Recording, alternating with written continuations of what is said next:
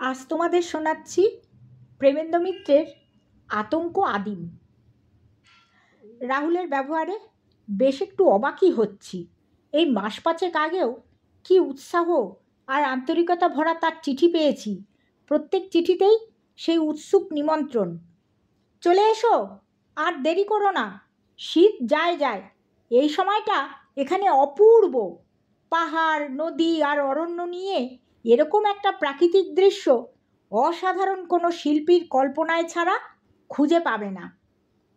পরের চিঠিতে আবার শুরু হয়, সময় থাকতে চলে এসো, ছোট পাহাড়ের মাথায় আমার বাংলো বাড়িটাতে একবার এসে উঠলে আর যেতে চাইবে না। যে আদিম অকৃত্রিম প্রাকৃতিক শোভা এখানে এখন তুমি পাবে, আমি যে কাজ করছি তা সফল হলে তা লোপ হতে আর দেরি হবে না, সুতরাং জলদি।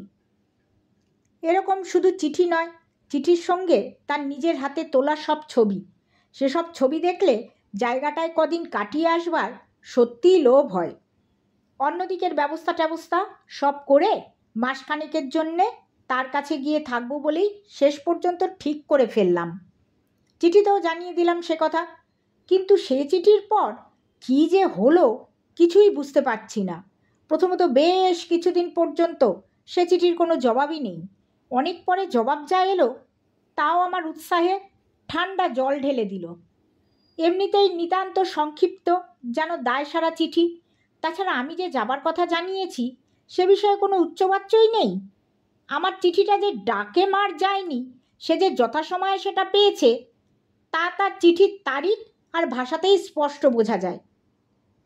কিন্তু আমাকে অত সাদর নিমন্ত্রণ জানাবার পর হঠাৎ তার এই বিপরীত ব্যবহারের কারণটা কি? তার কাছে আমার যাওয়া যে সে আর একেবারেই চায় না তা তো স্পষ্টই বোঝা যাচ্ছে, কিন্তু কেন চায় না? আমার এরকমভাবে হঠাৎ অবাঞ্ছিত হয়ে ওঠার মূলে কী ঘটনা থাকতে পারে? যাই থাকুক, আমি এ ব্যাপার সম্বন্ধে নির্বিকার থাকতে পারবো না। আমার সম্বন্ধে তার মনোভাবের এ পরিবর্তনের কারণ আমায় জানতেই হবে। বাঞ্ছিত অবাঞ্ছিত যাই হই, তার কাছে নিজের গরজেই একবার যাব বলে তাই ঠিক করে ফেললাম। প্রথমে খবরাখবর কিছু না দিয়ে যাব ঠিক করেছিলাম। সেরকমভাবে যেতে পারলে তাকে শুধু চমকেই যে দেওয়া যেত তা নয়, তাকে অপ্রস্তুত অবস্থায় পেয়ে ব্যাপারটা সোজাসুজি বোঝবারও হয়তো সুবিধে হতো। কিন্তু রাহুল যেখানে আছে, কোনো কিছু আগে থাকতে না জানিয়ে নিজের খুশি মতো সেখানে যাওয়া অসম্ভব। সম্ভব যদি বা হয় তাহলেও নিজে থেকে খুঁজে সেই প্রায় অজানা পাহাড় জঙ্গলের রাজ্যে রাহুলের আস্তানার হদিশ পেতেই চুলে পাক ধরে যাবে। আমার কিন্তু যত তাড়াতাড়ি সম্ভব সেখানে পৌঁছে সরেজমিনে রহস্যটা বোঝার চেষ্টা করা দরকার। একটা চিঠি তাই লিখে পাঠালাম। রাহুল চৌহানের জংলা আস্তানায় চিঠি পৌঁছতেই কমপক্ষে একটা হপ্তা লাগে তা জানি। আমার সঙ্গে তার চিঠি চালাচালি সেই হপ্তার ফাঁক ধরেই হয়। তার কাছে আমার চিঠি পৌঁছবার তারিখটা সেই হিসেব থেকে আন্দাজ করে নিয়ে কটা দিন তার সঙ্গে আরও যোগ করে আমার রওনা হবার দিনটা তাকে সে চিঠিতে জানিয়ে দিলাম। দিনটা জানালে ক্ষণ জানবার আর দরকার নেই, কারণ যেখান থেকে যেভাবেই রওনা হই না কেন মাঝপথে শেষ পর্যন্ত একটা ট্রেনই ধরতে হবে। সে ট্রেন সারা দিন 24 ঘন্টার মধ্যে একটা বার মাত্র উত্তর থেকে দক্ষিণে যায়, আবার দক্ষিণ থেকে উত্তরে আসতেও একটা বার। ঢিকি ঢিকি সে ট্রেনে যেখানে নামতে হবে সেটা স্টেশন কিনা সে বিষয়েই সন্দেহ হবে নামবার পর। ট্রেনটা যেন ভুল করে সেখানে একটু থেমে পড়েছে। করগেটের চালের একটা কামরা আর সামান্য লাল কাকর বিছানো খানিকটা জায়গা। লাল কাকর বিছানো জায়গাটাকে প্ল্যাটফর্ম বলে মনে করলে করগেটে ছাওয়া কামরাটা স্টেশনের অফিস বলে ধরতে হয়। অনুমানটা যে একেবারে ভুল নয় সে কামরা থেকে বার হয়ে আসা মানুষটার মাথার টুপিটা দেখে শুধু বোঝা যায়।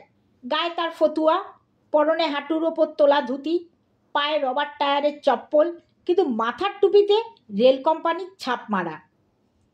একটু সভ্যভব্য পোশাক চেহারার কাউকে এ স্টেশনে নামতে দেখলে তার পক্ষে রীতিমতো অবাক হওয়া অস্বাভাবিক কিছু নয়।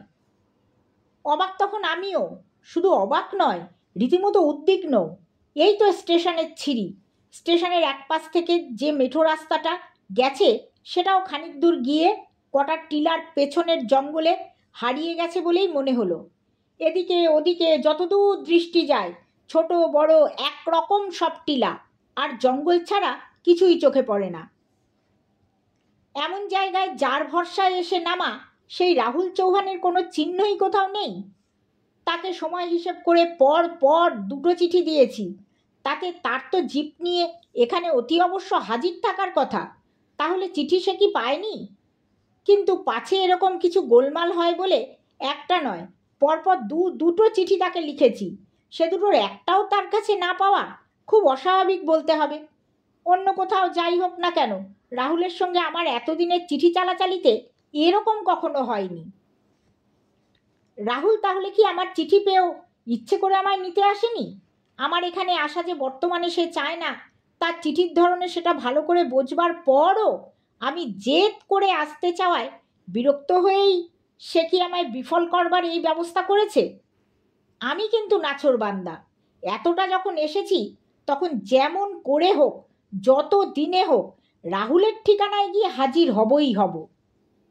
টুপি সম্বল স্টেশন মাস্টার আমার দিকেই আসছেন।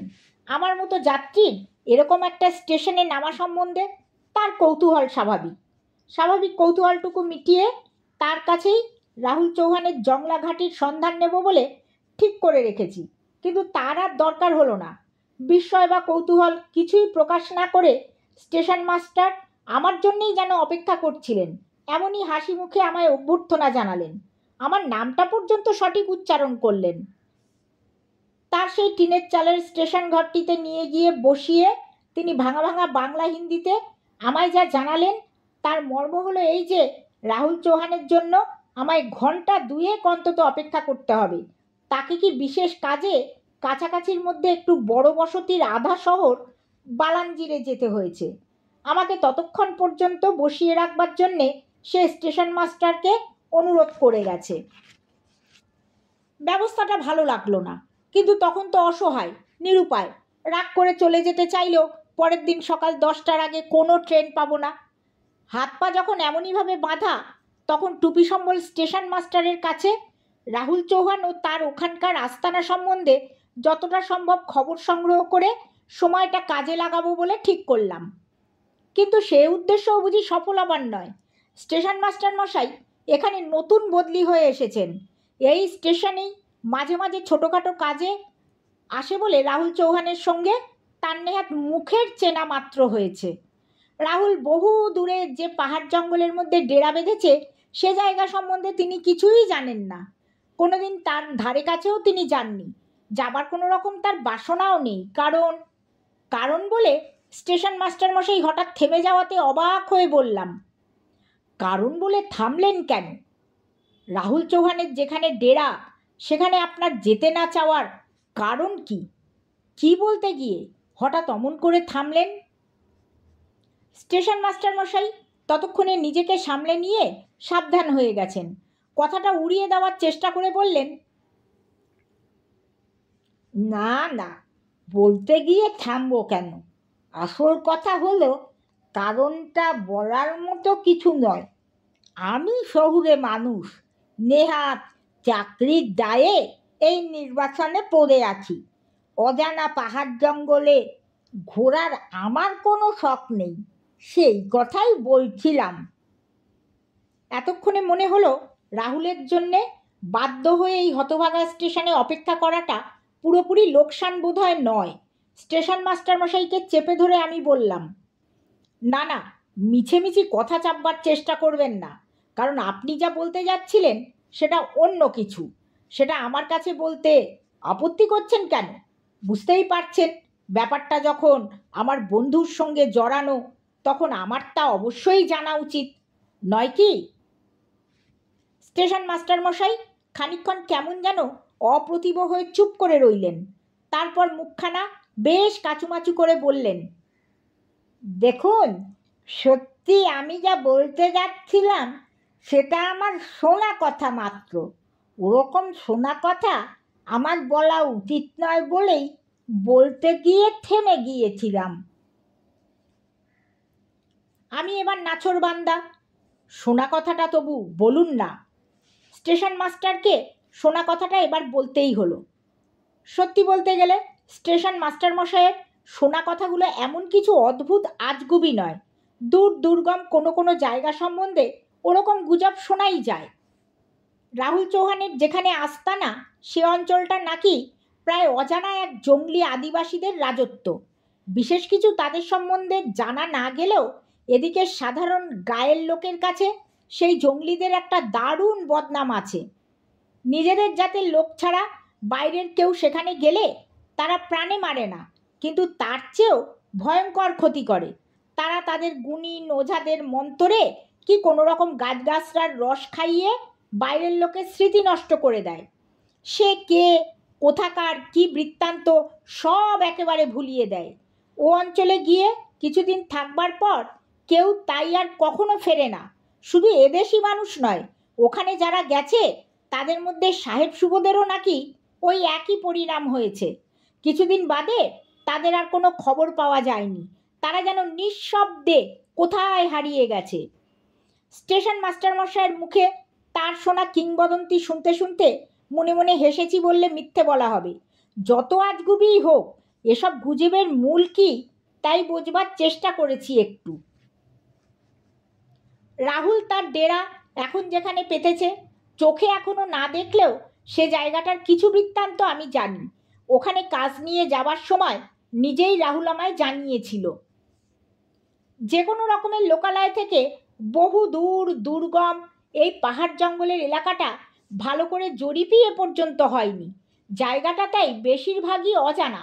সেখানে যে জঙ্গলি আদিবাসীরা থাকে তাদের সম্বন্ধেও উড়ো কিছু খবর ছাড়া সঠিক কোনো বিবরণও সভ্য জগতের কারো জানা নেই। উড়ো খবরগুলোর মধ্যে কোনো মিলও নেই। একটা কিংবদন্তি এই যে, জঙ্গলি হলেও তারা একেবারে অসভ্য বর্বর নয়। তাদের নিজেদের এক ধরনের সমাজ ধর্মটর্ম আছে। তারা শুধু বাইরের মানুষজনকে কাছে ঘেঁষতে দিতে চায় না, নিজেদের এলাকায় একেবারেই আলাদা থাকতে চায়। সেই জন্যেই দু একজন সাহসী ও উৎসাহী টহলদার ও অঞ্চলে গেছেন, তারা তাদের কোনো সঠিক খোঁজ খবর পাননি। তাদের সম্বন্ধে অন্য গুজবটা হলো এই যে, তাদের এমনিতে সরল নিরীহ জঙ্গলি মনে হলেও তারা নাকি আসলে দারুণ কপট শয়তান। বাইরের কেউ ও অঞ্চলে গেলে সামনাসামনি কোনো শত্রুতা না করে চুরিচামারি থেকে হরেক শয়তানির প্যাচে জীবন অতিষ্ঠ করে তাকে মুল্লুক ছাড়া করে। এ দুটো কিংবদন্তির মধ্যে প্রথমটার মধ্যেই কিছু সত্য আছে বলে মনে হলো। তা না হলে রাহুল এতদিন সেখানে গিয়ে আছে কি করে? শুধু তাই নয়, এই সেদিন পর্যন্ত সে জায়গাটার উচ্ছ্বসিত প্রশংসার মধ্যে এতটুকু বেয়ারা কিছুর আভাস তো দেয়নি। রাহুলকে অবশ্য বেশ সাহস করেই ওখানে যেতে হয়েছে। তার আগে দু একজন সাহেব নিজেদের জেদে ওই অজানা প্রায় অনধিগম্য পাহাড় জঙ্গলে বিরল ও দামি খনিজের খোঁজে গিয়েছিলেন।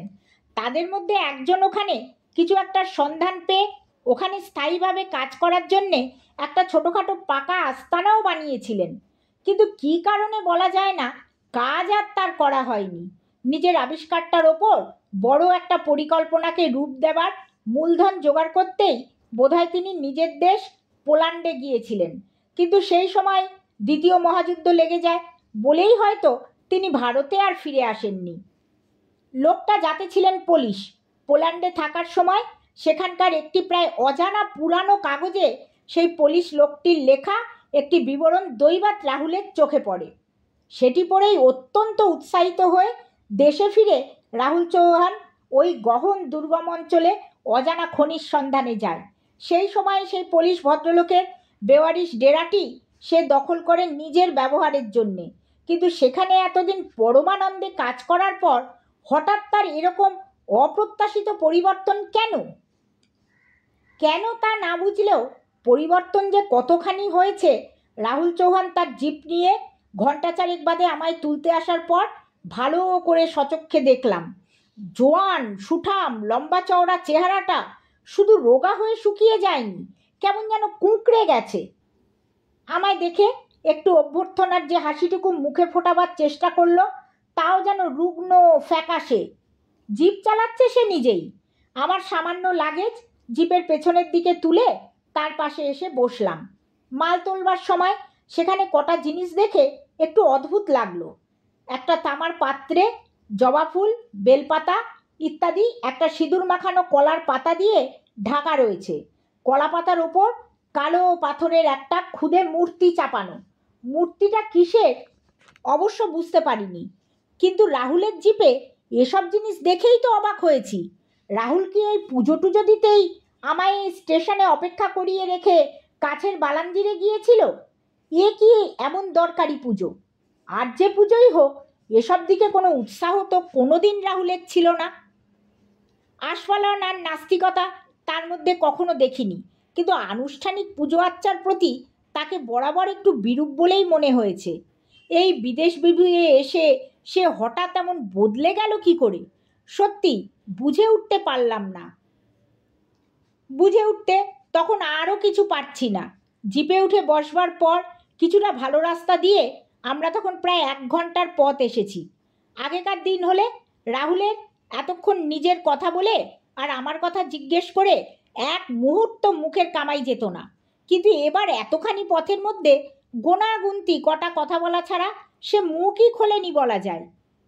জিপে তার পাশে গিয়ে বসবার পর স্টার্ট দিয়ে কিছু দূর গাড়ি চালাবার পর একবার শুধু বলেছিল বেশ সংকুচিতভাবে, তোমার খুব কষ্ট হবে আমার ওখানে। কেন? কষ্ট কিসের?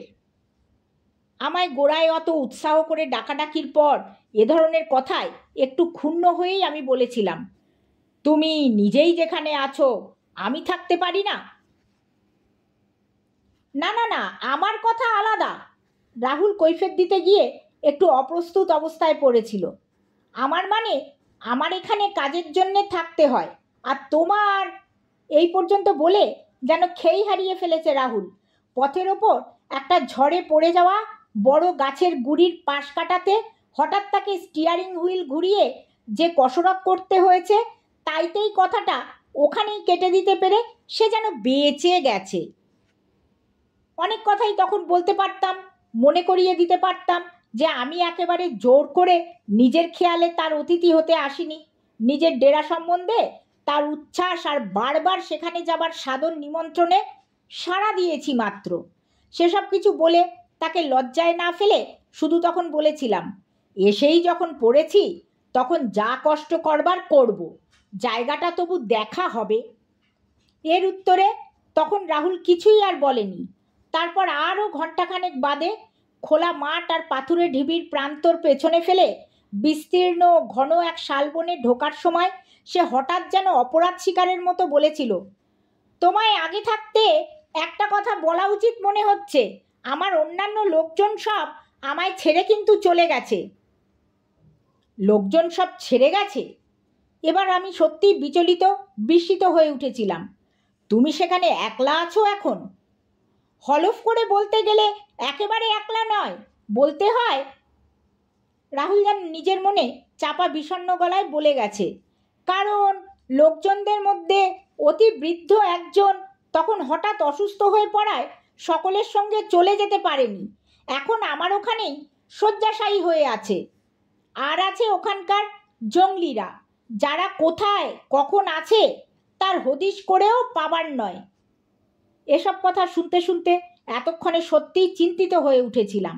রাহুলের লোকজন হঠাৎ চলে যাওয়ার ঘটনাটা একটা গুরুতর কিছুর স্পষ্ট আভাস দিচ্ছে। সেটা কি হতে পারে?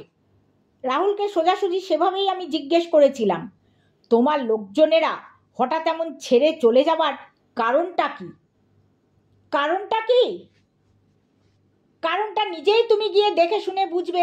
চলো, আমার দিক থেকে যা জানাবার সবই ওখানে জানাবো। মাঝপথে একটা ছোট পাহাড়ি নদীর পাড়ে রাতটা কাটিয়ে পরের দিন রাহুল চৌহানের ডেরায় যখন পৌঁছলাম তখন সকাল গড়িয়ে দুপুর হতে চলেছে। জায়গাটা কিন্তু যা দেখলাম সত্যি গদগদ হয়ে উচ্ছ্বাস করবার মতো। ঘন জঙ্গল ছাড়িয়ে এসে সেটা অনেক খোলামেলা ছোট ছোট টিলা পাহাড়ের এলাকা। তার মধ্যে অপেক্ষাকৃত নিচু যে টিলাটা, তার উপর রাহুলের ডেরা।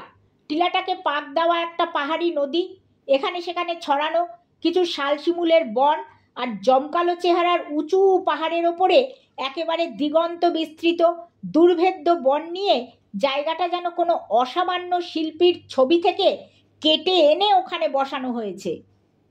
জিপ থেকে নামতে নামতে চারিদিকে চেয়ে মুগ্ধ বিস্ময়ে বললাম, এমন জায়গা কেউ সাত করে ছেড়ে যায়? তোমার লোকজনেরা কি অন্ধ, না তুমি তাদের মাইনে না দিয়ে না খাইয়ে রাখতে? রাহুল বিষণ্ণভাবে একটু হেসে জিপের পেছন থেকে আমার সুটকেস আর হোল্ডলটা নামাতে যাওয়ার সময় মৃদু স্বরে বলল, এখানে আমি যা খাই তারাও তাই খেত, আর এত দূর জঙ্গলের দেশে এসে থাকার জন্যে মাইনে যা পেত তা ওদের ন্যায্য মজুরির অন্তত 3 গুণ। তাহলে বলে অবাক চোখে তার দিকে চাইলাম। রাহুল আর কোনো জবাব দিল না। সে সুটকেসটা নামিয়ে হোল্ডলটা তুলছে। তার হাত থেকে হোল্ডলটা টেনে নিতে গিয়ে ভেতরের তামার পাত্রে কলাপাতা মোড়া পুজোর ফুল বিল্লপত্রের তোড়াটা চোখে পড়ল। বিশেষ করে কলাপাতার মোড়কের ওপর চাপানো সেই খেলনার মতো পাথরের খুদে মূর্তিটা। আমার দৃষ্টিটা কোন দিকে তা লক্ষ্য করে রাহুল বলল, ওই খোদাই করা নুড়িটা দেখছ? এ অঞ্চলে ওরকম খেলনার নুড়ি অনেক মন্দির টন্দিরের কাছে বিক্রি হয়। হাত বাড়িয়ে নুড়িটা তুলে নিয়ে একটু ঘুরিয়ে দেখে আরও অবাক হলাম। আনাড়ি হাতের ধাবড়া খোদাইয়ে নুড়িটায় স্পষ্ট কোনো রূপ ফুটে ওঠেনি, কিন্তু যেটুকু তাতে দেখা যাচ্ছে তাই সম্পূর্ণ অস্বাভাবিক। খানিকটা যেন পেটমোটা একটা গিরগিটির চেহারা, মুন্ডুটা কিন্তু গোল, আর ঠেলা ঠেলা দু চোখের আভাস নিয়ে মানুষের মতো ভাবা যায়। সবচেয়ে আশ্চর্য, এ খেলনার মূর্তির পেছনের শিরদাঁড়া থেকে ওঠা একটা যেন খাঁচ কাটার ডানার মতো কুঁজ। এ তো বড় অদ্ভুত নুড়ি। এরকম খেলনার নুড়ি তো আর কোথাও দেখিনি। এখানকার খেলনার কারিগরদের মাথায় এরকম মূর্তি বানাবার কল্পনা আসাই তো আশ্চর্য ব্যাপার। রাহুল বললে, খেলনার নুড়িগুলো এ অঞ্চলের সাধারণ দেশি কারিগরদের তৈরি নয়। এখানকার ঘোর অরণ্যের প্রায় অজানা জঙ্গলিরা মাঝে মাঝে কাঠের বোঝা, বুনো গাছের রঞ্জনের মতো জমা টাঠা, জঙ্গলি মধু, হরিণের শিং আর কিছু জন্তু জানোয়ারের ছালের সঙ্গে খেলনার নুড়ি এদেশিদের গায়ের হাটে টাটে বিক্রি করে যায়। নুড়িগুলো তারপর এদিকে ওদিকে চালু হয় সেখান থেকেই। তা না হয় বুঝলাম, কিন্তু জঙ্গলিদের পক্ষেও এরকম নুড়ি খোদাই তো খুবই অদ্ভুত। তা বলতে পারো যদি, তবে জঙ্গলিদের এরকম কল্পনার মূল কোথায় কালই তোমায় দেখাতে নিয়ে যাব। রাহুল হঠাৎ অমন করে থেমে যাওয়ায় বেশ উদ্বিগ্ন অধৈর্যের সঙ্গে জিজ্ঞেস করলাম, যদি কি? যদি কাল যাবার মতো অবস্থা আমাদের থাকে। কথাগুলো বলার সময় রাহুলের গলা কি একটু কাঁপলো, না সেটা আমার শোনার ভুল? শুধু তার বক্তব্যটাই অবশ্য একেবারে রহস্যময়, দুর্বোধ্য। সেইটাই স্পষ্ট করবার জন্যে তাই বিমূঢ়ভাবে জিজ্ঞেস করলাম, এ কথার মানে আমাদের কোথাও যাবার অবস্থাই থাকবে না, এমন কি সম্ভাবনার কথা ভেবে তুমি ভয় পাচ্ছ? তখনকার মতো কোনো জবাব কিন্তু রাহুলের কাছে পাওয়া গেল না। এখন থাক, এবেলার মতো একটু বিশ্রাম করে নাও। এসেছো যখন, তখন সবই পরপর বলবো বলে রাহুল তার সহায়হীন আস্তানায় আমার জন্যে যতটুকু সম্ভব স্বাচ্ছন্দ্যের ব্যবস্থা করতে গেল। কিন্তু সুখ স্বাচ্ছন্দ্য কী হবে? খোদ ইন্দ্রপুরীর বিলাসেও তখন আর আমার রুচি নেই। কি অশুভ রহস্য রাহুলের জীবনে হঠাৎ এমন কালো ছায়া ফেলেছে তা বোঝবার চেষ্টায় রাহুলের বাংলো বাড়ি আর তার ছবির মতো পরিবেশ আমার কাছে তখন যেন বিষ হয়ে গিয়েছে। রাহুল রাতে আমায় যা কিছু জানাবার জানাবে বলেছিল, অতক্ষণ পর্যন্ত অপেক্ষা করতে আমায় হলো না। তার আগেই অপ্রত্যাশিতভাবে রহস্যের কিছুটা অন্তত আভাস আমি পেয়ে গেলাম। চাকর বাকর সহায়তায় কেউ নেই। আমার খাওয়া দাওয়া আর বিশ্রামে যথাসম্ভব ব্যবস্থা করে রাহুল তখন তার নিজস্ব অন্য ধান্দায় কিছুক্ষণের জন্যে বাংলো বাড়ির বাইরে কোথাও গেছে। রাহুলের কামরাতেই আমার শোয়ার ব্যবস্থা হয়েছে। বিছানায় শুয়েও আমি কিন্তু বিশ্রাম করতে পারিনি।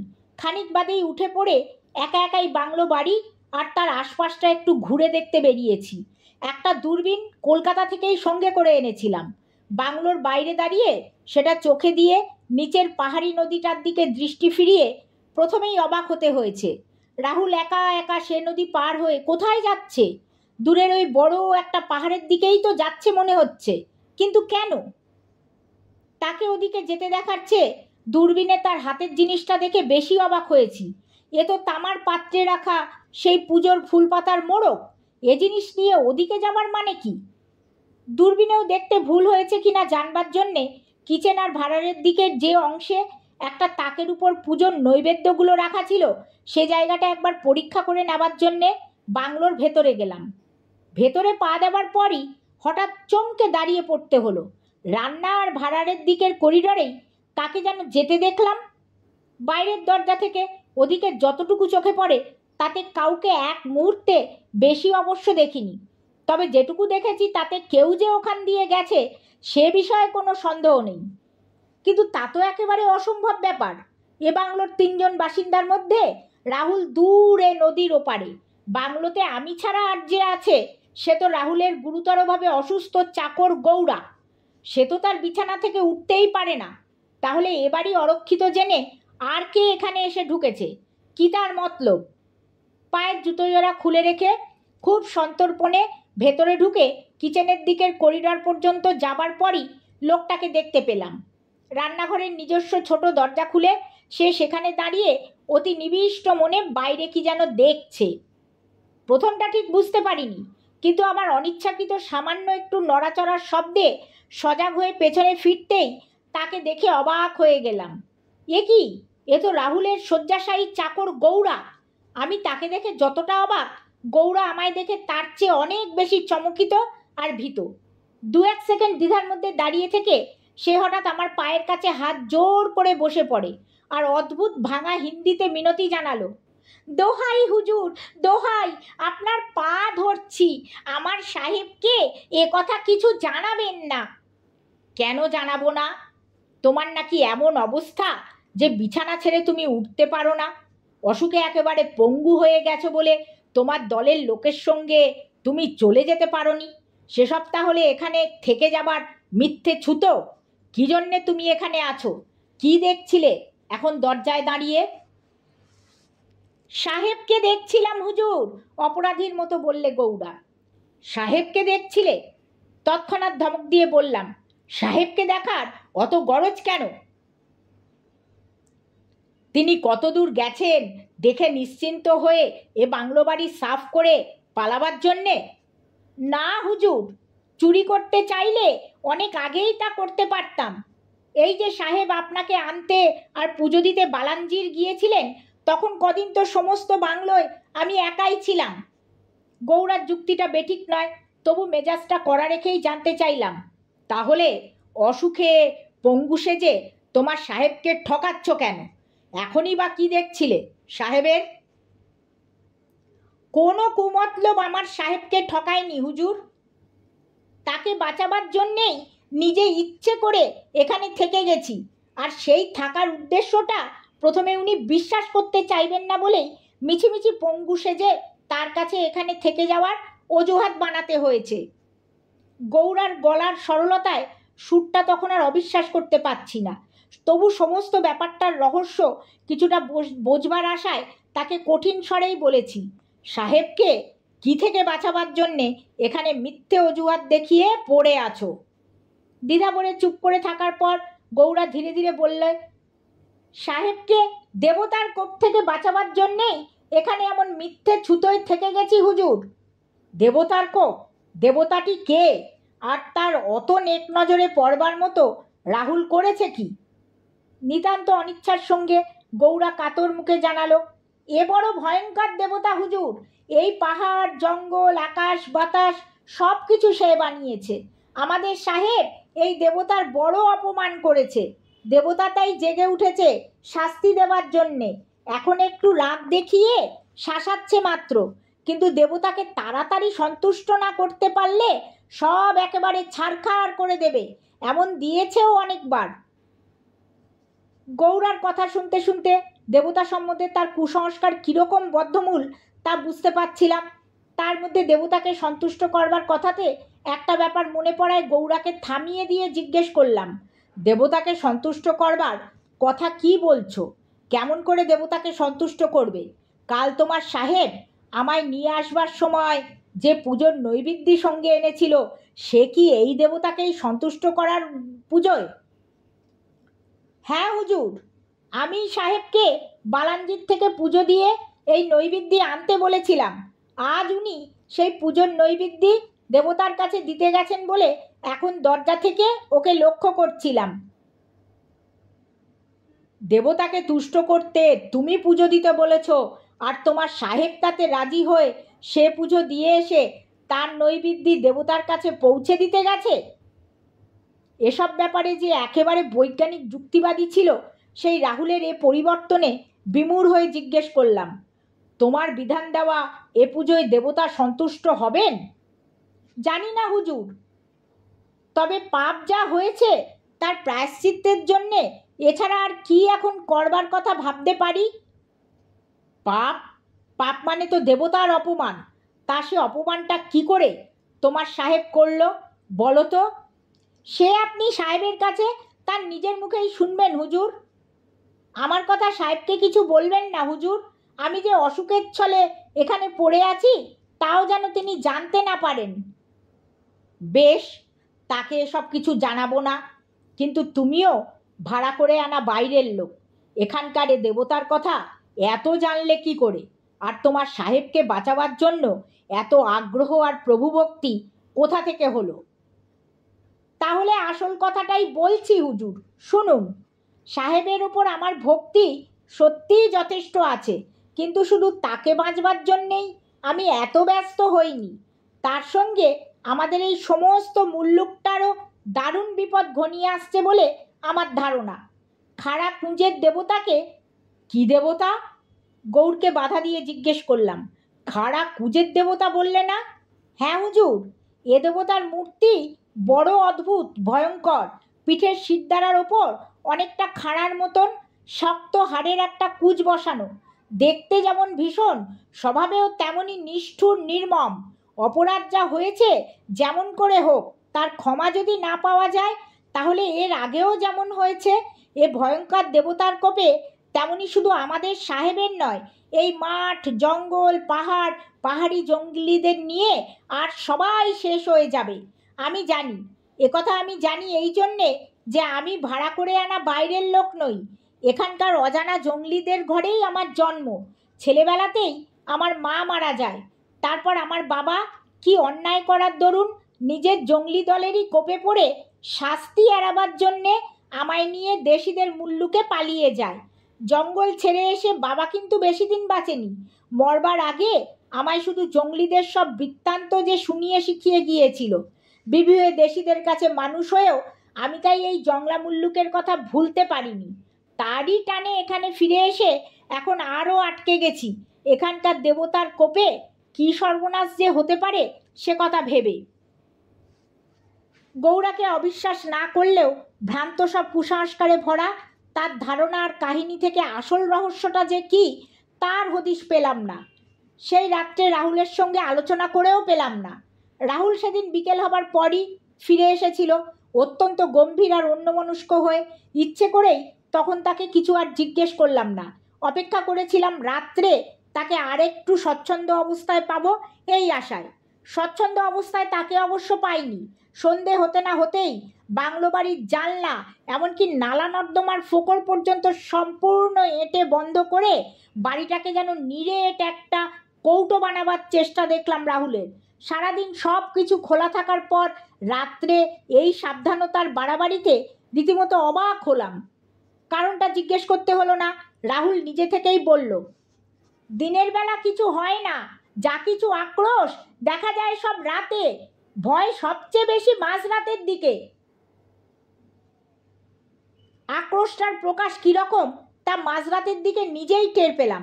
তার আগে একটু সুযোগ পেয়ে রাহুলকে কোন দেবতাকে কি অপমান করে সে পাপী হয়েছে তা জিজ্ঞেস করে খুব একটা লাভ হলো না।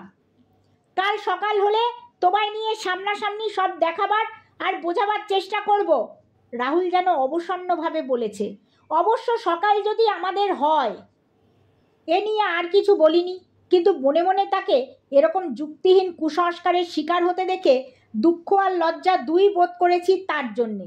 যতটুকু এ পর্যন্ত জেনেছি তাতে সমস্ত ব্যাপারটার মধ্যে দেবতার কোপের প্রকাশটা যে কীরকম তা বোঝা আমার পক্ষে খুবই শক্ত হয়েছে। দেবতার কোপ কি শুধু রাত্রির বেলায় প্রকাশ পায়, আর সে কোপ দরজা জানলা বন্ধ করে ঠেকাবার চেষ্টা করতে হয় কেন? কোপের প্রকাশটা যে সত্যি লোমহর্ষক মাঝরাতের পর তা অবশ্য কম্পিত বুকে নিজের কাছে স্বীকার করতে হয়েছে। পুলিশ যে খনিজ সন্ধানী এই ডেরাটা বানিয়েছিলেন তার সবচেয়ে বেশি লক্ষ্য ছিল বাড়িটাকে ক্ষুদ্র দুর্গের মতো মজবুত আর দুর্ভেদ্য করার দিকে। দেওয়াল, ছাদ ইত্যাদি পাথরের গাঁথনি যতটা সম্ভব শক্ত করেছিলেন। বাছাই করা মোটা সেগুনের তক্তার জানলা দরজাও যা লাগিয়েছিলেন তা লোহার সঙ্গে পাল্লা দিতে পারে। মাঝরাতে চারিধার যখন একেবারে নিশুতি, তখন একবার এদিকে একবার ওদিকে এইসব দরজা এমন ধাক্কা আর ঠেলায় কেঁপে উঠছে যে মনে হচ্ছে দেশলাইয়ের খোলের মতো তা ভেঙে চুরমার হয়ে যেতে আর বেশি দেরি নেই। দরজা অবশ্য শেষ পর্যন্ত ভাঙেনি, কিন্তু প্রায় আধ ঘন্টাটাক সময় নিদারুণ আতঙ্কের কি অসার আচ্ছন্নতার মধ্যে যে আমাদের কেটেছে তা বলতে পারবো না। অবিশ্বাস্য ঠেলা আর ধাক্কা তো শুধু এক দরজায় নয়, কখনো এদিকে কখনো ওদিকে, কখনো আবার একসঙ্গে দুদিকেই প্রচণ্ড হয়ে উঠেছে। এই কি দেবতার কোপ? যুক্তির উপর দাঁড়িয়ে সে ধারণা উড়িয়ে দিতে চাইলেও ব্যাখ্যা কিছু পাচ্ছি কি। এমন প্রচণ্ড ঠেলা কিসে দিতে পারে? এরকম শক্তি একমাত্র হাতি আর গন্ডারের থাকা সম্ভব। এ জঙ্গলে হাতি বা গন্ডার আছে কি না তাও জানি না, কিন্তু থাকলেও হাতি বা গন্ডার কি কখনো জোট বেঁধে গভীর রাতে মানুষের বসতির পাকা বাড়ির দরজা ভাঙতে আসে? আশ্চর্যের কথা, এই যে আধ ঘন্টাটাকেই নিদারুণ উদ্বেগের পর আবার সব একেবারে শান্ত। দরজা না হলেও একটা দুটো জানলা খুলে আমি টর্চ দিয়ে বাইরেটা একটু দেখতে চেয়েছিলাম, কিন্তু রাহুল কিছুতেই তাতে মত দিল না।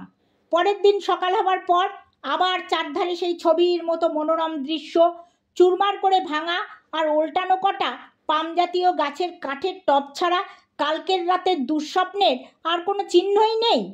একটু বেলা হতেই রাহুলের সঙ্গে তার অপমানিত দেবতা আর তার পাপের প্রমাণ দেখতে গেলাম। টিলা থেকে নেমে ছোট পাহাড়ি নদী পেরিয়ে ঝোপ জঙ্গলের পথে কিছু দূর যাবার পর বড় জঙ্গল যেখানে শুরু হয়েছে সেখানেই খাড়া একটা পাহাড়ের গায়ে সেই অদ্ভুত দেবস্থান। দেবস্থান বলতে মন্দির টন্দির কিছু নয়, খাড়া পাহাড়ের একটা লম্বা এবড়ো খেবড়ো ফাটলের একদিকে অদ্ভুত একটা খোদাই করা মূর্তি। খোদাইয়ের মধ্যে সূক্ষ্ম নিপুণতার কোনো পরিচয় নেই, বেশ একটু স্থূলভাবেই কাজ করে একটা মূর্তির আদল আনা হয়েছে, কিন্তু আভাস তাতে যা ফুটে উঠেছে তা একেবারে অদ্ভুত, আজগুবি কোনো কিছুর। অনেকটা কুমিরের মতো দেহের ওপর ভাটার মতো ঠেলে ওঠা চোখের একটা যেন দানবের মুণ্ড, আর সবচেয়ে অদ্ভুত এই মূর্তির পিঠের মাঝখানে খাঁজ কাটা গোল খাড়ার মতো একটা বিদঘুটে কুঁজ। সব শুদ্ধ মিলিয়ে গোটা মূর্তিটাই যেমন ভয়ঙ্কর তেমন কুৎসিত। কবে কারা যে এ মূর্তি খোদাই করেছিল তা সঠিকভাবে বলতে গেলে কার্বন ডেটিং করেও সম্পূর্ণ হদিশ পাওয়া যাবে কিনা সন্দেহ, কারণ কবে এ পাথর খোদাই হয়েছিল জানা সম্ভব হলেও কারা এ কাজ করেছিল তা বোঝার কোনো উপায় নেই। সে জাত হয়তো সম্পূর্ণ লুপ্তই হয়ে গেছে, আর তা যদি নাও হয়ে থাকে তাহলে নিজেদের সব ক্ষমতা হারিয়ে ইতিহাস ভুলে সুদূর অতীতের এক জনগোষ্ঠীর ভগ্নাংশ হিসেবে কাদের মধ্যে কোথায় তারা মিশে আছে তারা নিজেরাই জানে না। লুপ্ত বা আত্মবিস্মৃতভাবে কোথাও এখনো অবশিষ্ট যাদেরই আদিপুরুষেরা এ মূর্তি খোদাই করে থাক, তাদের সৃষ্টি ছাড়া কল্পনার দৌড় দেখে হতভম্ব হতে হয়। রাহুলকে সেই কথা বলতে বলতে খোদাই মূর্তিটার নিচের সামান্য একটু খাঁজে শুকনো কটা ফুল আর বেলপাতা দেখতে পেয়ে তাকে জিজ্ঞেস করলাম, তুমি তাহলে পুজোর এই নৈবেদ্য দিতেই কাল এখানে এসেছিলে? হ্যাঁ, এই পুজোতেই হয়তো দেবতার কোপও শান্ত হবে ভেবে গৌড়ার কথায় সেই বালাঞ্জিরের এক মন্দির থেকে এ পুজোর নৈবেদ্য নিয়ে আসি। কাজ যে কি হয়েছে তা তো কাল রাতেই দেখেছ। হতাশ সুরে রাহুল বলল, হ্যাঁ, কাজ কিছু হয়নি, কিন্তু যার জন্যে এসব প্রায়শ্চিত্তের চেষ্টা, তোমার সে পাপটা কি? দেবতার কি অপমান তুমি করেছ? অপমানটা কি করেছে রাহুল এবার তা আমায় একটু এগিয়ে নিয়ে গিয়ে দেখালো। পাহাড়ের ফাটলটা চওড়া থেকে একটু সরু হয়ে পেছনে কতদূর পর্যন্ত চলে গেছে তা বলা শক্ত। সে ফাটলের পরে একটা গুহা কি সুড়ঙ্গের মতোই চেহারা হয়তো নিয়েছে। পেছনের গুহা বা সুড়ঙ্গের মুখটা বড় বড় পাথরের চাইয়ে এতকাল আটকানো ছিল। হয়তো এই অদ্ভুত দেবতার আদি সেবকরা সেখানে সেকালের ধনরত্ন কিছু লুকিয়ে রেখে থাকতে পারে মনে করে রাহুল তার লোকজনদের দিয়ে পাথরের চাইগুলো কিছুটা সরাবার ব্যবস্থা করেছিল একদিন। ধনরত্ন কিছু পায়নি, কিন্তু সেই দেবতার কোপ তার ওপর পড়ার প্রমাণ সে পেতে শুরু করেছে। তার লোকজনদের মধ্যে গৌড়া আর জঙ্গলি আদিবাসীদের একজন ওঝা হঠাৎ সেদিন তার কাছে দেখা দিয়ে রাহুলকে এভাবে দেবতার অপমান করতে মানা করেছিল, কিন্তু রাহুল তার যুক্তিবাদী মন নিয়ে হেসেই উড়িয়ে দিয়েছিল সে কথা। সে তাচ্ছিল্যের ফল সে হাতে হাতে পেতে শুরু করেছে সেই রাত থেকেই। এ অজানা অদ্ভুত দেবতার কবজে জঙ্গলিদের মিথ্যে কল্পনা নয়, আমিও তার প্রত্যক্ষ প্রমাণ কাল পেয়েছি। রাহুলের আক্ষেপ শুনতে শুনতেই আমার পরিকল্পনা আমি ঠিক করে ফেলেছি। সে চুপ করার পরই দৃঢ়স্বরে তাকে আশ্বাস দিয়েছি, এবার তুমি নিশ্চিন্ত হতে পারো, তোমার দেবতার কোপ কাটাবার ব্যবস্থা আজই হবে। পরিকল্পনা যা করেছিলাম তাতে খুঁত ছিল না। সব রহস্যের মীমাংসা যা ভেবেছিলাম তাও সঠিক, কিন্তু সঠিক শুধু রহস্যের অর্ধেকটার বেলা, বাকি অর্ধেকটার অবিশ্বাস্য ভয়ঙ্কর ব্যাখ্যা আমার কেন, বর্তমানকালের মানুষেরই বুঝি কল্পনার বাইরে। রাহুলের একান্ত অনুরোধ, এমনকি জোর জবরদস্তি সত্ত্বেও শেষ পর্যন্ত তাকে রাজি করে তার দোনালা বন্দুকটা সেদিনকার রাত্রের মতো ধার নিয়ে সন্ধে হবার পরই বাংলো বাড়ি থেকে বেরিয়ে কাছাকাছি একটা ছোট পাথুরের ঢিবির পাশে ঘাঁটি গেড়েছিলাম। বন্দুকটা ছাড়া সঙ্গে ছিল একটা জোরালো টর্চ। রাত দুপুর পর্যন্ত বেশ ধৈর্য ধরে ওত পেতে থাকতে হয়েছিল। তারপর ঠিক যা অনুমান করেছিলাম তাই ঘটেছে। বেশ অন্ধকার কৃষ্ণপক্ষের রাত, তার মধ্যে জনাষ্টেক কালো কালো ছায়ামূর্তিকে দুটো বড় বড় লম্বা কাঠের গুঁড়ি বয়ে নিয়ে বাংলো বাড়ির দিকে যথাসম্ভব নিঃশব্দে যেতে দেখেছি। তারা যে জঙ্গলি আদিবাসীদের দলের লোক, তাদের ওঝা পুরুতের নির্দেশে তারা যে এইভাবে বাংলো বাড়ির দরজা ভাঙা কসরত করে রাহুলকে ভয় দেখিয়ে এ মুল্লুক ছাড়া করতে চেষ্টা করছে, তা জেনে তাদের বাংলোর দরজায় গিয়ে পৌঁছানো পর্যন্ত আর অপেক্ষা করিনি। তার আগেই তাদের মাথার উপর একটা ফাঁকা আওয়াজ করেছি বন্দুকের। তাতে ফল যা চেয়েছিলাম তাই হয়েছে। ভয়ে চিৎকার করে তাদের কাঠের গুঁড়ি ফিরি ফেলে তারা যে যেদিকে পারে পালাবার জন্য ছুট লাগিয়েছে। কিন্তু তারপরই একই লোমহর্ষক চিৎকার! আমি তো শুধু ফাঁকা আওয়াজ করেছি বন্দুকের, তাতে যদি ভুলক্রমে গুলি একটা থাকতো আর মাথার উপরে বন্দুক ছোড়া সত্ত্বেও গুলি যদি কারোর গায়ে লাগতো, তাহলেও এতক্ষণ বাদে এমন শিরদাঁড়া শিউরে তোলা চিৎকার উঠবে কেন? এসব কথা ভাববার আগেই টর্চটা তুলে চিৎকারটা যেখান থেকে উঠেছে সেখানে ফেলেছি। আর তারপর আতঙ্কে বিস্ময়ে হাত পা প্রায় অবশ হয়ে এলো বন্দুকটা তুলে সেই লক্ষ্যে সত্যিকার গুলি ছেড়েছি। গুলিটা অবশ্য ব্যর্থই হয়েছে, কারণ টর্চের আলোয় যা আমি দেখেছি তাতে শুধু লক্ষ্যভ্রষ্ট নয়, আমার সম্পূর্ণ জ্ঞান হারাবার কথা। পাহাড়ের ফাটলের খোদাই করা সেই মূর্তির আদলেই একটা বিকট প্রাণী একজন জঙ্গলিকে তার বীভৎস দাঁতালো মুখের মধ্যে ধরে নাড়া দিচ্ছে, এই আমি দেখলাম। আমার টর্চ ফেলা তারপর বন্দুক তুলে গুলি করার মধ্যে প্রাণীটা অনেকখানি সরে যেতে পেরেছে। আমার গুলি যখন ছুটেছে তখন তার পিঠের খাঁচ কাটা খাড়ার মতো কুচটাই একটু দেখা যাচ্ছে। গুলি যদি কোনো রকমে লেগে থাকে তাহলে সেইখানেই লেগেছে জেনে টর্চ আর বন্দুক হাতে সেদিকে ছুটলাম। কিন্তু কোথায় সেই বিকট খোদাই মূর্তির আদলের প্রাণী? যা দেখেছি তা কি আমার ওই অদ্ভুত মূর্তি নিয়ে আতঙ্কের জল্পনা থেকে কয়েক মুহূর্তের জাগ্রত স্বপ্ন? না, তা নয়। আমার বন্দুকের আওয়াজ আর জঙ্গলি আদিবাসীর সেই আর্ত চিৎকারে বাংলো থেকে রাহুল শুধু নেয়, তার পেছনে সব মিথ্যে ছল ত্যাগ করে গৌড়াও বেরিয়ে এসেছে। তাদের দুজনের হাতেই দুটো টর্চ। আমাদের তিনজনের টর্চের আলোয় প্রাণীটা না হলেও কপটা রক্তের দাগ একটু কিছুক্ষণের মধ্যেই চোখে পড়ল। প্রাণীটা তাহলে একেবারে অক্ষত অবস্থায় পালাতে পারেনি। এখানে ওখানে এই রকম রক্তের ফোঁটা অনুসরণ করে শেষ পর্যন্ত কোথায় পৌঁছবো আমি জানতাম। রক্তের দাগ সেই পাহাড়ের চাই সরানো গুহা বা সুড়ঙ্গ মুখে গিয়েই শেষ হয়েছে। সেখানে যখন পৌঁছালাম তখন প্রায় ভোর। গুহা মুখটাকে দেখিয়ে রাহুলকে জোর দিয়েই এবার বলতে পারলাম, পাপ যা করেছ তার প্রায়শ্চিত্ত এখানেই করতে হবে। পাথরের চাই যা সরিয়েছিলে তা আবার লাগিয়ে এই মুখটা গেঁথে বন্ধ করাই হচ্ছে তোমার প্রায়শ্চিত্ত। তার মানে? একটু অবাক হয়ে জিজ্ঞেস করলো রাহুল। মানেটা তাকে যথাসাধ্য পরে বোঝাবার চেষ্টা করেছিলাম। বলেছিলাম, আমার ব্যাখ্যাটা হয়তো অনেকখানি আজগুবি।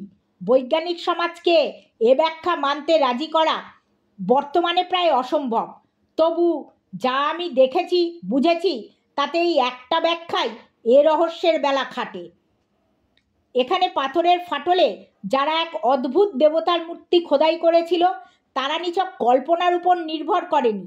তারা চাক্ষুষ যা দেখেছিল তাই ফোটাতে চেয়েছিল তাদের পাথরের খোদাইয়ে। এই পাহাড়ের ফাটলটা খানিক পরে একটা সুড়ঙ্গ পথ হয়েই বহু দূরে পাহাড়ের গভীরে নেমে গেছে বলে আমার বিশ্বাস। যেখানে সে পথ শেষ হয়েছে সেখানে একটা পাতাল হ্রদও নিশ্চয়ই আছে বলে আমার অনুমান। আদি পৃথিবীর কুমির জাতীয় কোনো সরীসৃপ বংশের প্রাণী পাহাড়ের নিচে পৃথিবীর পাতাল গহ্বরে সেই অন্ধকার হ্রদে আটকা পড়ে বংশানুক্রমে স্বাভাবিক নিয়মে অন্ধ হয়ে গেছে। তাতে তাদের কোনো ক্ষতি হয়নি। পৃথিবীতে অনেক অন্ধকার ভূগর্ভের হ্রদ আর পাতাল নদীর প্রাণী এমনই দৃষ্টিশক্তি হারিয়েও বংশ পরম্পরায় বেঁচে বর্তে আছে বলে জানা যায়। এই পাহাড়ের ফাটলের আদি কুমির জাতীয় প্রাণীও তাই করেছে। তার পিঠের ওই খাড়ার মতো কুচটাও হয়তো আদিম কোনো প্রাণীর ধারা থেকেই পাওয়া। কয়েক কোটি বছর আগে এডাফোসর্স নামে এরকম একটা প্রাণী ছিল বলে প্রমাণ আছে। যুগ যুগান্ত মাঝে মাঝে প্রচণ্ড প্রাকৃতিক বিপর্যয়ে সুড়ঙ্গ মুখ খোলা পেয়ে এ প্রাণীর দু একটা হয়তো কখনো ছিটকে বাইরের জগতে বেরিয়ে এসেছে। আর আদিম প্রাগৈতিহাসিক কোনো নরগোষ্ঠী হয়তো তা দেখেই ওই মূর্তি খোদাইয়ের আদল পেয়েছে। প্রাণীটা সম্বন্ধে অদ্ভুত সব কিংবদন্তিও তাই থেকেই উঠে এসেছে। রাহুল ধনরত্নের আশায় পাথরের চাই সরিয়ে গুহামুখ পরিষ্কার করার পর এ প্রাণী তার অন্ধকার পাতাল থেকে বাইরে আসবার পথ পায়। একেবারে চক্ষুহীন বলে দিনের আলোর বদলে রাতেই তারা বেরিয়ে আসে। এদের কথা কিছু না জেনে জঙ্গলি আদিবাসীরা রাহুলকে ভয় দেখাবার যে ব্যবস্থা করেছিল আসলে রহস্যের সঙ্গে জড়িয়ে গিয়ে তা এমন জটিল আর দুর্ভেদ্য হয়ে উঠেছিল। আশা করা যায় সে রহস্যের সম্পূর্ণ সমাধান না হলেও তার কখনো বিভীষিকা সৃষ্টি করবে না।